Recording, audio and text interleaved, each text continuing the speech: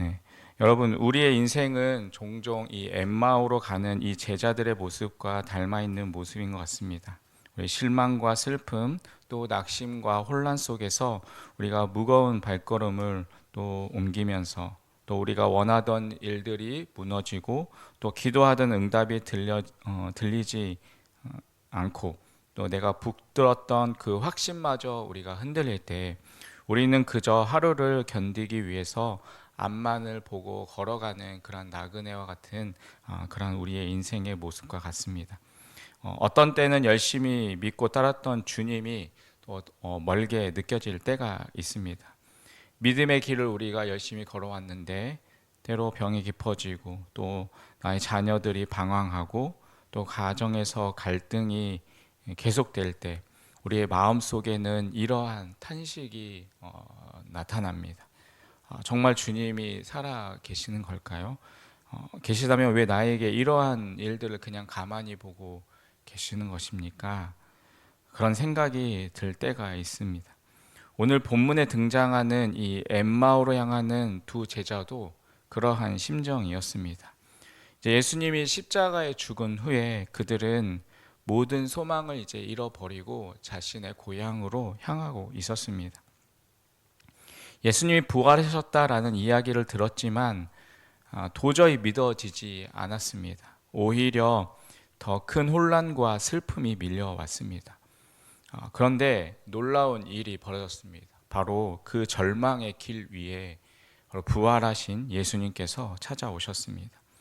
그들의 곁에 조용히 다가오셔서 함께 걸으시고 말씀하시고 마침내 그들의 눈을 열어주셨습니다. 여러분, 이 새벽에 우리는 바로 그 주님 앞에 서 있습니다. 혹시 여러분도 마음이 지치고 또 삶의 길이 막막하고 여러분의 믿음이 흔들리고 계십니까? 그렇다면 오늘 말씀을 통해서 이 엠마오 길에 찾아오신 주님이 여러분의 삶 속에서도 조용히 찾아오신다는 것을 믿으시기 바랍니다. 오늘 이 시간 우리가 말씀으로 우리의 마음이 뜨거워지고 주님을 새롭게 알아보며 믿음의 길로 다시 일어서는 그러한 은혜의 시간이 되기를 간절히 바라겠습니다. 여러분, 그렇다면 부활하신 주님은 어떠한 분이실까요? 첫 번째로 부활하신 주님은 낙심한 자와 동행하십니다. 오늘 본문의 13절에 이렇게 시작합니다. 그날에 그들 중 둘이 예루살렘에서 25리 되는 엠마오라 하는 마을로 가면서, 여기 나오는 그 날은 예수님께서 부활하신 바로 그 날입니다. 무덤은 비어 있었고 여인들은 천사로부터 예수님이 살아나셨다라는 메시지를 듣고 달려와서 제자들에게 전했습니다. 그럼에도 불구하고 그 소식을 들은 제자 중 두 사람은 예루살렘을 떠나서 엠마오로 향합니다. 그들은 여전히 슬픔과 혼란 속에 있었습니다. 부활의 소식을 그들이 들었지만 마음은 전혀 움직이지 않았습니다.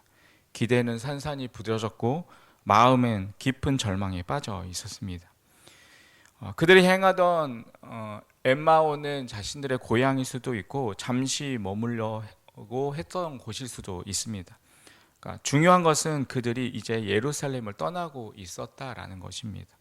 곧 믿음의 자리에서 멀어지고 있었다는 것입니다. 17절에 보면 예수님께서 너희가 길 가면서 서로 주고받고자 하는 이야기가 무엇이냐라고 물으시자 그들은 슬픈 빛을 띠고 머물러 섰다라고 되어 있습니다. 표준 세번역 성경에서는 이것을 침통한 얼굴이라고 번역하고 있고 공동 번역에서는 침통한 표정이라고 기록합니다. 그러니까 그들의 얼굴에는 믿음 없는 자의 냉소가 아니라 사랑하고 따랐던 분을 잃은 깊은 실망과 또 상실감과 또 절망감에 가득 배어 있었습니다. 정말 주님을 진심으로 사랑했기에 그만큼 그들의 마음 가운데는 더 큰 실망감과 더 큰 절망감이 그들 가운데 있었던 것입니다. 예수님이 하신 말씀을 들었고 또 예수님과 함께 하면서 큰 기적을 보았던 제자들이었습니다. 그리고 그분께 자신의 인생의 모든 것을 걸었고 또 그들이 그들은 예수님이 이스라엘의 구원자가 되실 것을 믿었습니다. 그런데 그렇게 자신의 모든 것을 걸었고 그렇게 믿었던 그 예수님이 이 십자가에 너무나 무기력하게 죽으셨습니다. 그들은 큰 충격이었습니다. 정말 그분이 메시아였다면 어째서 이 십자가에 그렇게 죽으셨을까? 우리가 믿었던 것이 정말 잘못된 것일까? 그렇게 그들은 생각하면서 낙심하며 떠나고 있었습니다. 그 믿음 없는 이유가 오늘 본문에 아주 명확하게 나타납니다. 21절 말씀입니다. 21절에 보시면 우리는 이 사람이 이스라엘을 속량할 자라고 바랐노라. 이뿐 아니라 이 일이 일어난 지가 사흘째요. 그들이 예수님을 믿긴 믿었지만 자기 기대대로 자기의 방식대로 예수님을 믿었던 것입니다. 그분이 이 로마 제국을 몰아내고 다윗 왕조를 회복시킬 줄 알았습니다.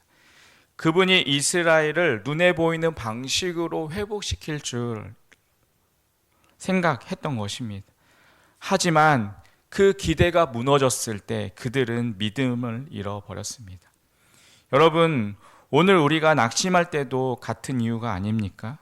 하나님께서 반드시 응답해 주실 것을 내가 기대하고 믿었는데 여전히 나의 병은 낫지 않고 기도는 묵묵부답이고 문제는 여전히 그대로일 때 우리는 슬픈 빛을 띠면서 인생의 엠마오를 걷고 있지는 않습니까?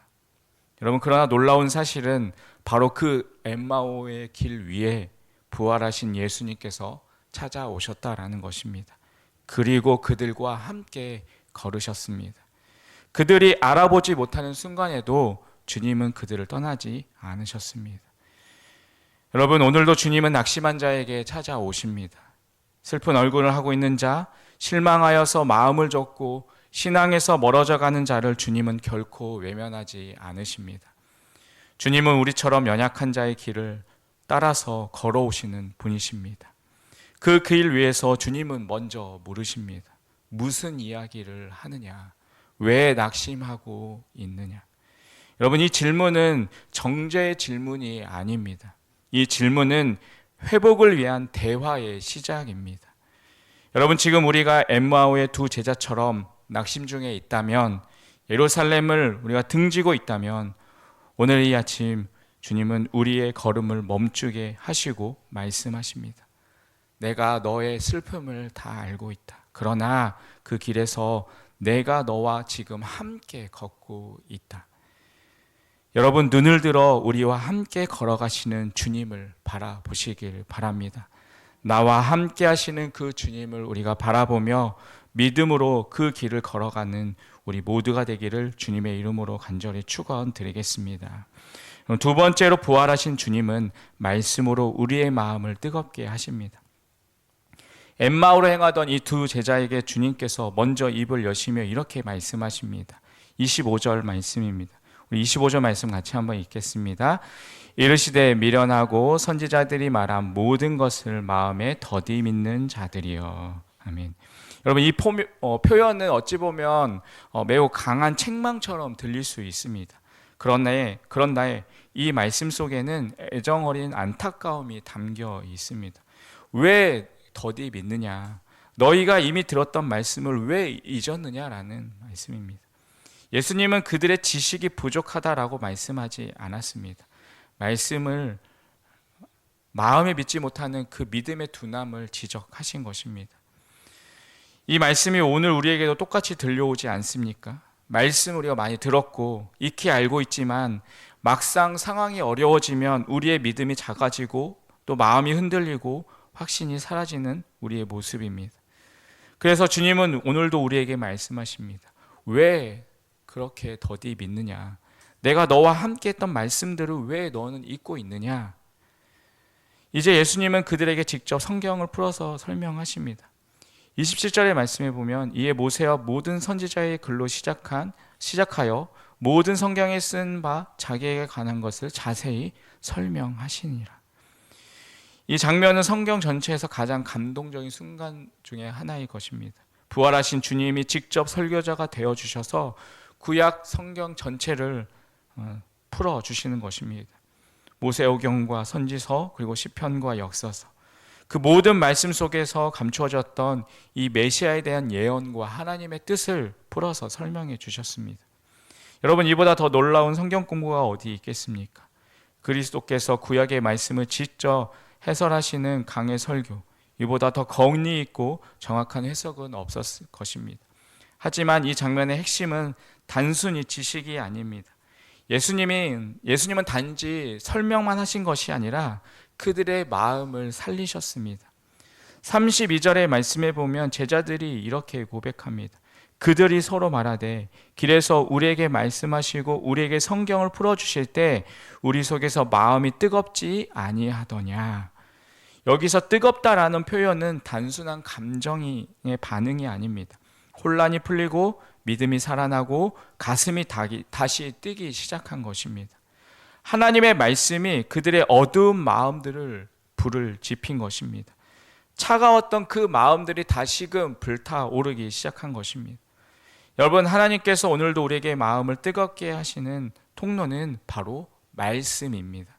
이 말씀을 통해서 우리의 삶의 방향을 재정비되고 또 하나님의 뜻을 우리 깨닫게 되고 믿음의 불이 다시 타오르게 됩니다. 많은 사람들은 이렇게 말합니다. 정말 주님이 살아 계신다면 한 번만 기적을 보여주세요. 그러면 제가 믿겠습니다. 하지만 주님은 기적이 아니라 말씀으로 믿음이 자라나야 한다라고 말씀하십니다. 믿음은 보는 것에서 나지 않고 듣는 것에서 납니다. 그리고 그 들음은 바로 그리스도의 말씀으로부터 옵니다.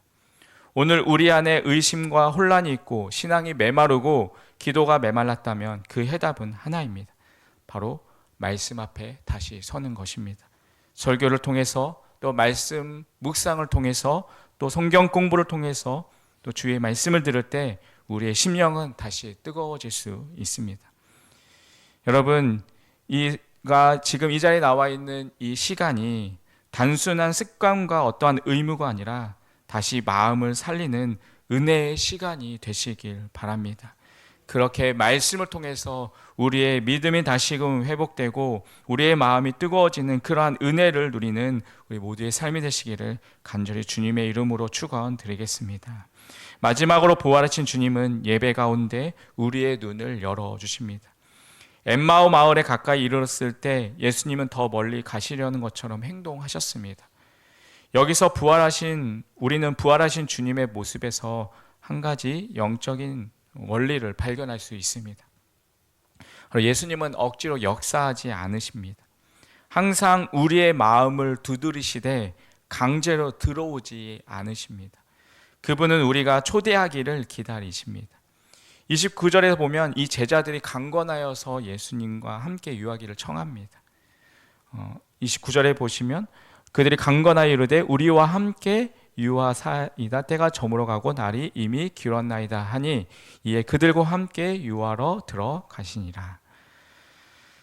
그 말은 단순히 그냥 식사 한 끼를 청하는 것이 아닙니다. 무언가 모르게 그분의 말씀이 또 그들의 마음을 움직였기에 더 머물러 주기를 간절히 구했던 것입니다. 그러니까 그들의 영혼이 무엇인가 갈급했던 것입니다. 여러분, 예수님은 지금도 우리가 초대할 때 우리 안에 들어오십니다.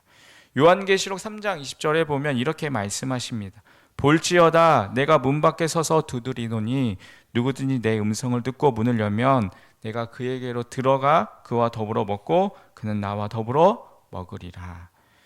우리가 진심으로 간구하며 주님을 예배의 자리로 삶의 중심으로 초대할 때 주님은 반드시 우리 가운데 임하십니다. 그리고 드디어 그들은 예수님과 식탁을 함께 하게 됩니다. 30절의 말씀에 보면 그들과 함께 음식 잡수실 때에 떡을 가지사 축사하시고 떼어 그들에게 주시니.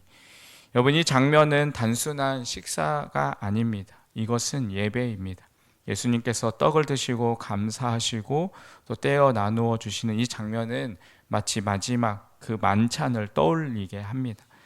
말씀과 떡을 나누는 주님의 임재가 가득한 영적 예배의 순간입니다. 바로 그때 31절의 말씀에 이렇게 기록합니다. 그들의 눈이 밝아져 그인 줄 밝히 알아보더니. 눈이 밝아졌다는 이 표현은 영적인 깨달음, 곧 예수 그리스도를 인식하는 은혜를 말합니다. 지금까지 아무리 말씀을 들어도 깨닫지 못했던 그분이 바로 이 예배의 자리에서 떡을 떼는 그 순간 그분이 바로 예수님인 것을 알게 된 것입니다. 여러분, 말씀만으로도 우리의 마음이 뜨거워집니다. 그러나 말씀과 함께 드리는 이 예배, 그 가운데 성찬과 기도가 함께 할 때 주님의 임재가 우리의 눈을 열어주고 주님을 알아보게 하는 은혜의 순간이 되는 것입니다. 지금 이 시간 우리가 드리는 이 예배도 마찬가지입니다. 이 자리는 단순한 모임의 자리가 아닙니다. 우리 성도님들이 함께 또 주님의 이름으로 모인 이 예배의 자리에서 주님은 지금도 우리의 눈을 열어주십니다. 내가 미처 깨닫지 못했던 은혜, 내 삶 속에서 숨어 계셨던 하나님의 손길, 또 내게 말씀하셨던 주님의 음성이 기도와 또 찬양과 말씀을 통해서 다시 들리게 되는 것입니다. 그리고 이 눈이 열리는 은혜는 곧 사명을 회복하게 만듭니다. 32절에 제자들은 이렇게 고백합니다. 그들이 서로 말하되 길에서 우리에게 말씀하시고 우리에게 성경을 풀어주실 때 우리 속에서 마음이 뜨겁지 아니하더냐.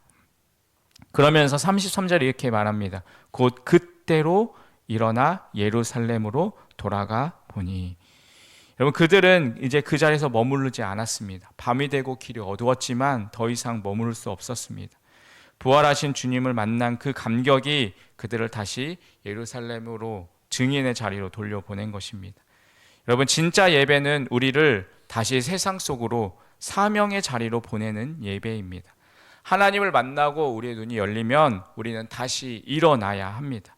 우리 자녀들에게, 이웃들에게, 우리 일터와 우리 교회 가운데 부활하신 주님을 전하는 증거의 삶으로 나아가야 합니다.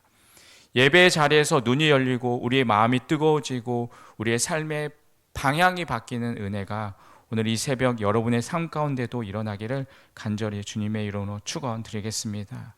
여러분, 오늘 우리는 엠마오로 가는 이 두 제자의 이야기를 통하여서 이 이야기가 단지 옛날 부활의 아침에 있었던 그러한 이야기의 사건이 아닙니다. 이 이야기는 오늘 우리의 이야기이고 지금 우리의 신앙의 상태를 비추는 거울입니다. 우리도 때로는 낙심한 채 또 믿음을 접고 돌아서는 이 엠마오의 길을 걸어가고 있습니다. 기도의 응답이 더디고 또 우리의 상황이 변하지 않고 마음은 슬픔에 짓눌린 채 예루살렘, 즉 믿음의 중심, 이 사명의 자리, 은혜의 장소를 떠날 때가 있습니다. 그러나 주님은 우리를 그냥 두지 않으십니다. 오늘 본문이 보여주는 가장 놀라운 복음은 바로 이것입니다. 주님이 먼저 오셨습니다. 주님이 그 절망의 길로 내려오셨습니다. 그리고 더디 믿는 우리의 마음 가운데 말씀으로 불을 지피시고 예배 속에서 우리의 눈을 열어주셨습니다. 그리고 그 은혜를 경험한 자는 그 자리에 머무르지 않습니다. 밤길도 마다하지 않고 다시 예루살렘으로 돌아갑니다. 사명의 자리, 복음의 자리, 공동체의 자리로 다시 일어섭니다. 오늘 아침 주님께서는 여러분에게도 오늘도 여전히 다가오고 계십니다. 조용히 말씀하시며 우리의 마음을 뜨겁게 하시고 우리의 눈을 열어주시기를 원하십니다. 여러분, 그 주님의 부르심 앞에 응답하시길 바랍니다. 만약 지금 내 마음이 식어져 버렸다면, 말씀이 들리지 않고 예배가 무의미하게 느껴진다면 바로 이 말씀이 다시 시작하는 출발점이 되시길 바랍니다.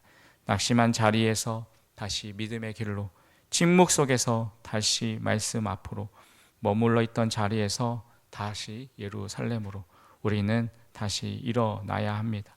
우리의 믿음을 다시 뜨겁게 하시고 우리의 눈을 다시 열어주시는 그 부활의 주님을 붙들고 오늘 하루를 부활의 증인으로 살아가시기를 주님의 이름으로 간절히 축원드리겠습니다. 기도하겠습니다. 하나님 아버지, 낙심한 저희들을 찾아와 함께 동행해 주심에 감사드립니다. 말씀을 풀어주실 때 우리의 마음이 다시 뜨거워졌던 것처럼 오늘도 성령으로 우리의 심령을 새롭게 하여 주옵소서.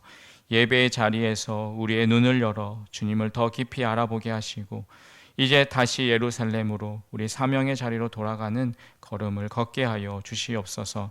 주님, 오늘 하루도 부활하신 그 주님과 함께 동행하는 하루의 삶이 되게 하여 주시옵소서. 예수님의 이름으로 기도드립니다. 아멘.